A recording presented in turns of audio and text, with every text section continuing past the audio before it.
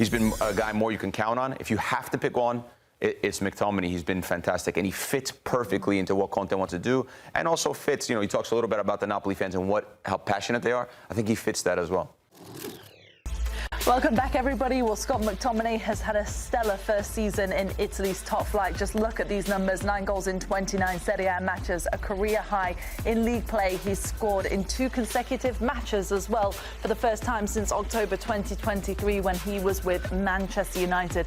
Only Reinders has more goals among midfielders in Serie A this season with 10, and he was the spotlight in Serie A's most recent Made in Italy, from Scotland to Naples.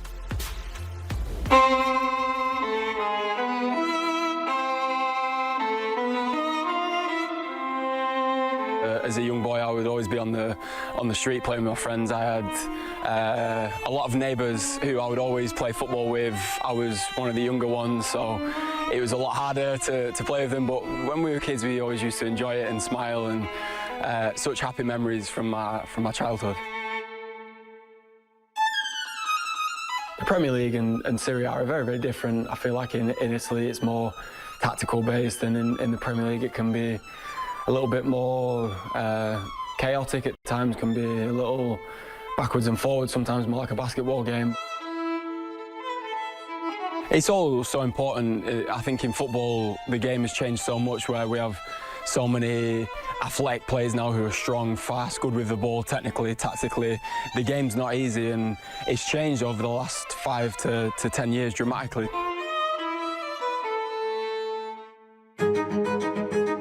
Passion of the Neapolitan fans is incredible. It's something that I've never seen like it, to be honest.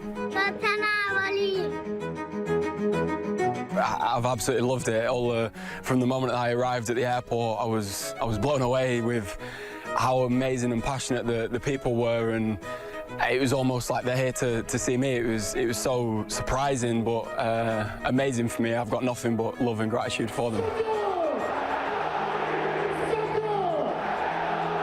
What I want to give for the people here is a championship. That's the most important thing that I feel like I need in my career as well. I think about it all the time. I want to be the guy who takes us there, and obviously does my absolute best to push us in the right direction by giving everything on the pitch and having no regrets come the end of the season. Super Scott was the hero once again yesterday. Would you say he's been the MVP of Napoli so far this season? To me, the MVP of Napoli is Antonio Conte. And McTominay, if you're actually just looking at players, you have to go Alessandro Buongiorno, Scott McTominay, Romelu Lukaku has 12 goals, 10 assists. The only other player other than Mo Salah to have double digits in both goals and assists in league play in Europe this season. He's been fundamental with the hold-up play. But it's true, there hasn't been one truly standout player. It's been more like this committee of players that have rallied around Conte. It's not like the other seasons where you're like, oh, it's clearly Osimhen with his 20-plus goals, or it's Cavada in his first season when, he came out of nowhere and gave us so much to dream about. This season feels different. It's all these guys that are these soldiers for Antonio Conte. But McTominay's up there, but he's not the one standout guy. He's been a great signing, but I would have a hard time picking him over Alessandro Buongiorno or Lukaku. I feel like there's a bunch of players you have to name, right, for the success. I understand what you're saying. I kind of do agree, but if you're forced to pick one, McTominay is probably the one you pick, because where are you going to get the goals from? You're not going to win Scudetto with one guy scoring 12 goals. And, he's been pretty good, but he hasn't been the one guy that scores like a Retegui, 25 goals, or something like Lautaro Martinez, who scores X amount of goals. The goals have to come from somewhere. And he embodies so much what Antonio Conte is and what he wants to do in that number 8 position, where he's physical, he's box to box, he closes things down, he tackles, he's nasty, he puts his head on the line. He's been scoring fantastic goals, showing up late in the box. So for me, if you have to pick one who's been the most fundamental, obviously you could mention Lobotka, who's been good in the possession and stuff like that. There's a lot of good players. Anguissa as well, who's sort of his 8 on the other side, because Lobotka holds for them, and those two are very important pieces. But McTominay obviously scoring more goals than Anguissa, and he's been, I think, healthier, right? He's made more games for them, so he's been a guy more you can count on. If you have to pick one, it's McTominay. He's been fantastic, and he fits perfectly into what Conte wants to do, and also fits, he talks a little bit about the Napoli fans and how passionate they are. I think he fits that as well. I think for him, it's so interesting because Conte, we know Conte, if you watch what he did at Inter in the past, he loves getting players from Premier League because physically their game is very imposing. He said it's like a basketball match. It's up and down.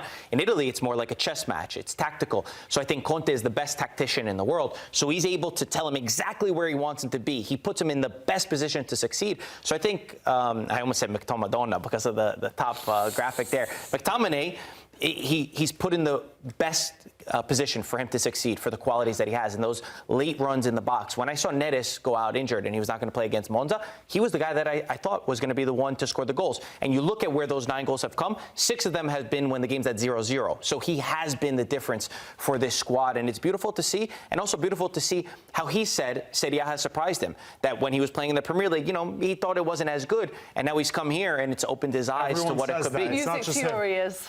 Listen, the guys playing are the ones saying it, not just me. When we think about all the signings that have come in for other teams across the season, a few of them you could say big signings haven't worked out. Won't even get Grella started on Coop Miners with Juventus, but you've got Fofana for Milan, Dovbyk for Roma for 33 million. Moise Kean's having a fantastic season, and Mateo Retegui is in there as well. Who has been the most impressive, do you think, obviously, in terms of this list of people? It's the 2 guys on the right, the 2 guys that should be starting for the Italian national team as well. Moise Kean going from Juventus, where he had 0 goals last season, to becoming a proper bomber with over 20 goals in all competitions. Retegui's over 20 goals just in Serie A alone. These are capocannoniere material type players that we didn't expect that from them. Retegui was only brought in because Scamacca went down with an injury and Atalanta needed an emergency striker until Scamacca was ready. And now how do you take Retegui out of the lineup? Kean for me, because of the price per goal. If you look at that, then you have to say that Kean is the most important, and obviously still very young. And I think he has another level that he can go to, because in a really good team where he gets the service, not only he'll finish those chances off, but I think his hold-up play is pretty good. He has the ability to go 1v1 and scissor guys and go by guys. So he has so many different tools, and I think. You come off a season where you don't score a goal, and then you have this season, just shows you the mental capacity when everyone's doubting him and everyone's gone, and he hasn't had a good few years, and he comes back and does this. So I think actually his ceiling is even higher. To get him player of that caliber for 14 million, you don't see them. And 2 Italians as well. How does the future of the Italian national team look now? If you could pick your perfect starting attackers, who would you have in it? It's kind of crazy because we went through a period with Italy where we said our number 9 was the biggest problem. And now, all of a sudden, we've got Retegui, who's scoring goals. We've got Moise Kean, and we're trying to find ways of how do we play them 2 together. And then when Scamacca eventually comes back, he's another really bright talent. Now we're missing the 10. Now we're missing the creative force. We don't need it. We do need it. Calafiori, Buongiorno, Bastoni, Cambiaso, Ricci, Tonali, Barella, and Di Marco. Kean, Retegui. That is a good team. 5-3-2. 3-5-2. That is a very good team that I just laid out for you. The defense is very good. You have a bit of what Inter does so well with Di Marco and Bastoni Who's overlapping. the number 10 in Inter?